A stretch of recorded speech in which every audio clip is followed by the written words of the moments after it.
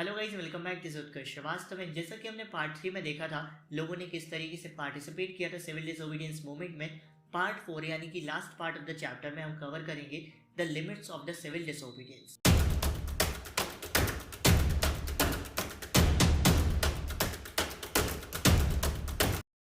कि ये जो सिविल डिसोबीडियंस मूवमेंट था, सविनय अवज्ञा आंदोलन था, इसकी क्या लिमिटेशंस थी, कौन से सेक्शंस तक ये नहीं पहुंच पाया था, कौन सी सोसाइटी तक ये पहुंच नहीं पाया था, कौन से एरियाज तक सिविल डिसोबीडियंस मूवमेंट पहुंच नहीं पाया था।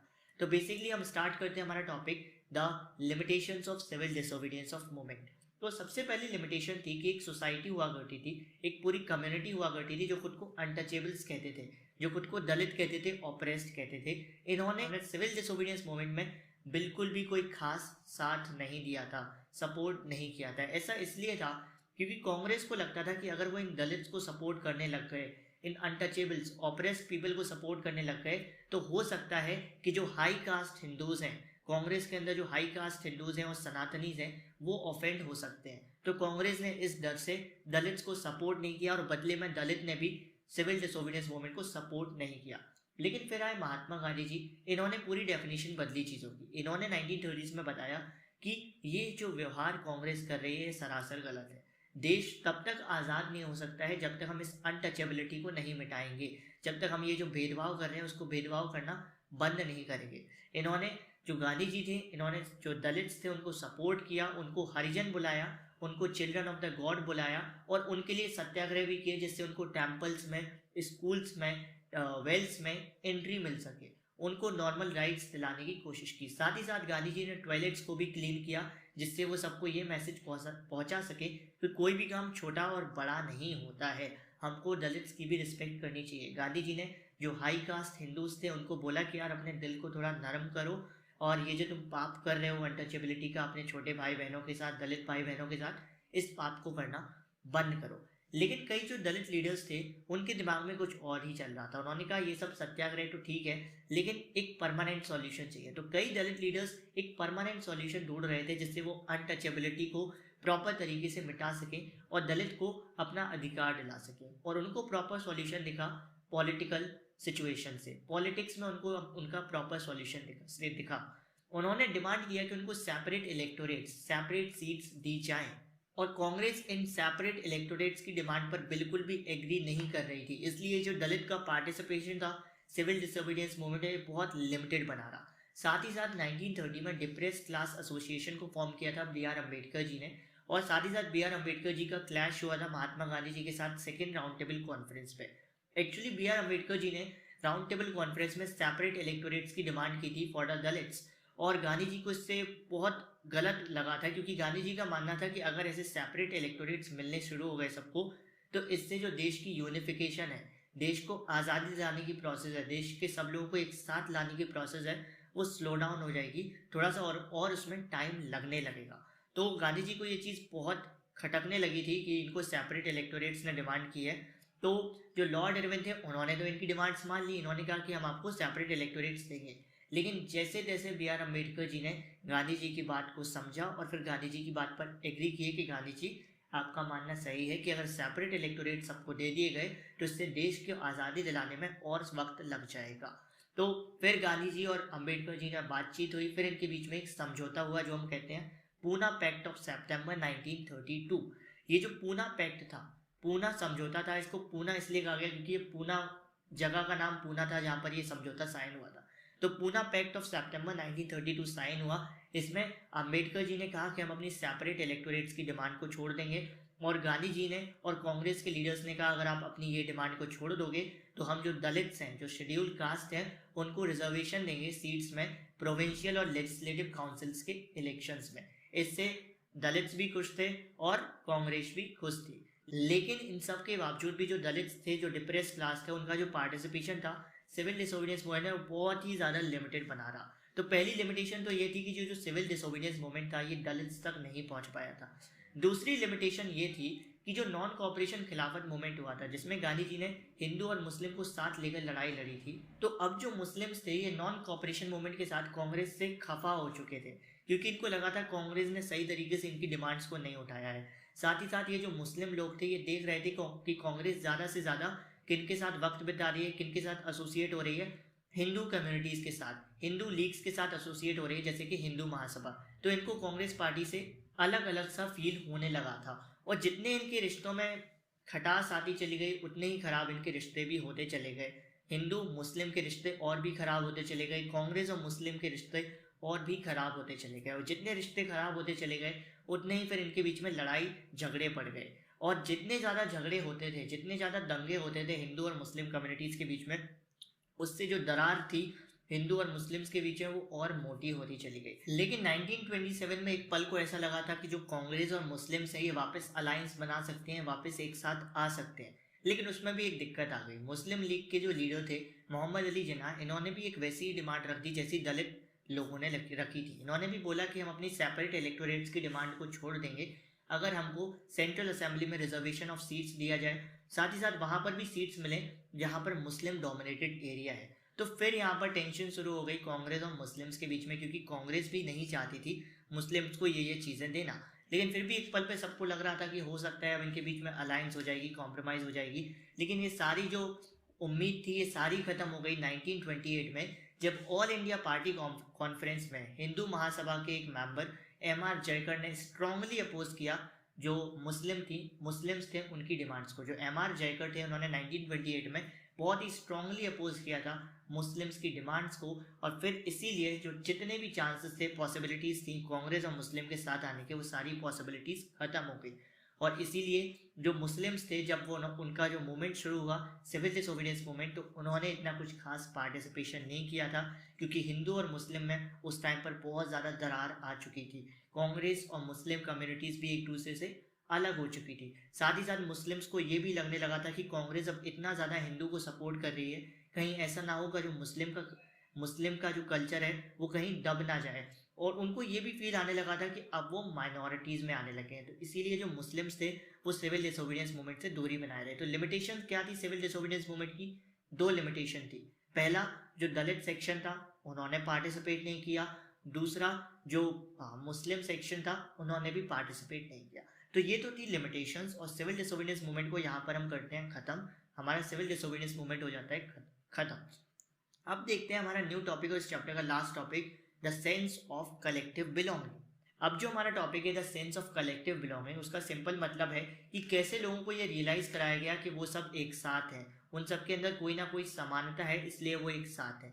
एक्चुअली नेशनलिज्म का मतलब ये होता है सिंपली कि लोगों को समझाना कि वो सब किसी ना किसी तरीके से एक दूसरे से जुड़े हुए हैं। जैसे ब्रिटिश के टाइम पर लोगों को कैसे समझ में आया कि वो सब एक दूसरे से जुड़े हुए हैं, उनको इस तरीके से समझ में आया कि उनके सबका दुश्मन एक ही है, ब्रिटिश। तो उनको लगा कि हम सब एक दूसरे से जुड़े हुए हैं, चाहे हिंदू हो, मुस्लिम हो, सिख हो, ईसाई हो।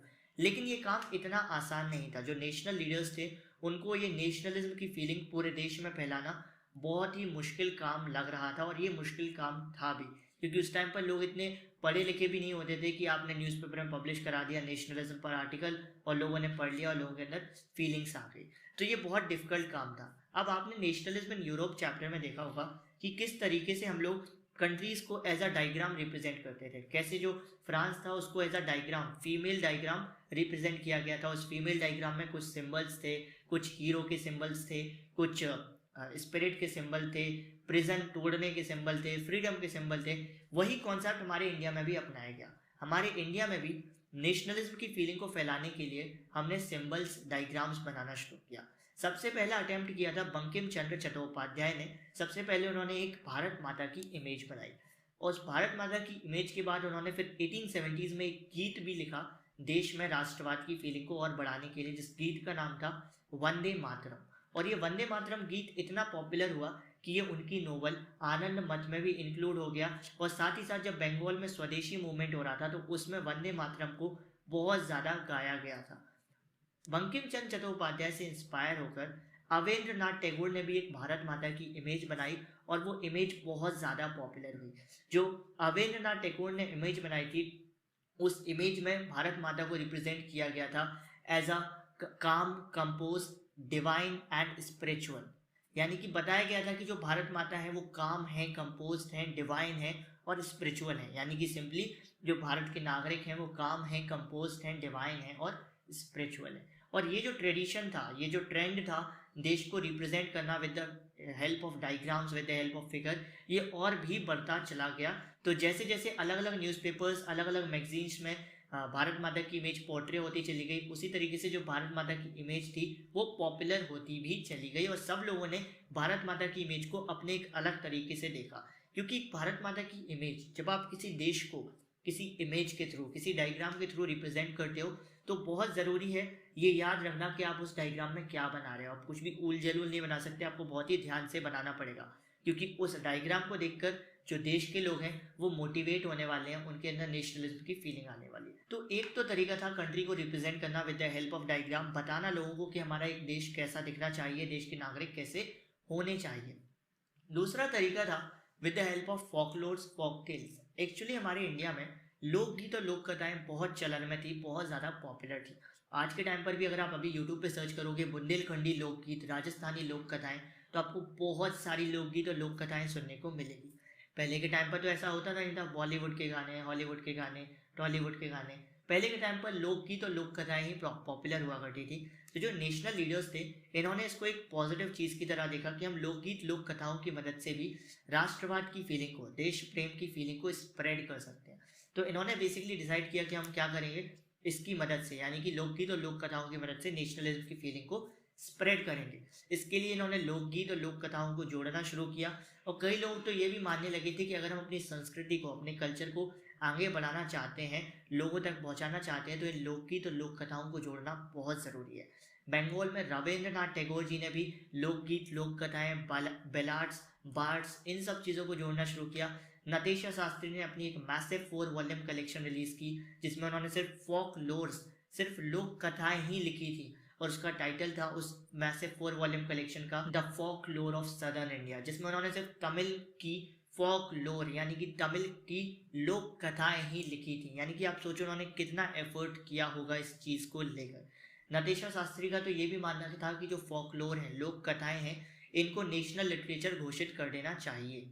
फिर जैसे जैसे नेशनलिज्म मूवमेंट और फैलता चला गया, ये राष्ट्रीय आंदोलन और फैलते चले गए, तो अभी तक लोग सिर्फ एक देश को रिप्रेजेंट करने के लिए सिंबल्स बना रहे थे, लोग लोकगीत और लोक कथाओं का इस्तेमाल कर रहे थे। फिर लोगों ने फ्लैग्स भी बनाने शुरू कर दिए, झंडे भी बनाना शुरू कर दिए। सबसे पहले जो झंडा यूज हुआ अगर देखा जाए तो वो हुआ था स्वदेशी मूवमेंट में, जो बंगाल में स्वदेशी मूवमेंट था वहां पर यूज हुआ था, जिस झंडे में 3 कलर्स थे, जिसमें तो वो 3 कलर्स के नाम थे रेड, ग्रीन और येलो, और साथ ही साथ उसमें 8 कमल थे, 8 लोटस थे, और वो जो 8 लोटस थे ये रिप्रेजेंट करते थे उस टाइम पर ब्रिटिश की 8 प्रोविंसेस को। साथ ही साथ उसमें एक क्रीसेंट मून भी था। क्रीसेंट मून अभी आपको स्क्रीन पे दिख रहा होगा, और ये जो क्रीसेंट मून था जिसमें दोनों तरफ से एंड होता है, वो रिप्रेजेंट करता था हिंदू और मुस्लिम्स को। बेसिकली आपको ये जो आपका फ्लैग है ये आपको स्क्रीन पर दिख भी रहा होगा। उसके बाद फिर एक और फ्लैग बनाया था गांधी जी ने भी, उसमें भी 3 कलर्स थे, और 3 कलर्स कौन से थे?